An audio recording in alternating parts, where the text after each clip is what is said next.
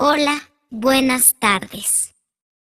Quisiera pedir para 5 personas. Para empezar, un guacamole con totopos. De tomar, a ver, 2 horchatas y una agua de Jamaica. No, mejor 3 horchatas y 2 aguas de Jamaica.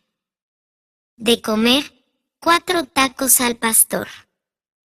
Bueno, mejor 3 tacos al pastor y 3 tacos de asada. Entonces, 3 tacos al pastor y 3 tacos de asada.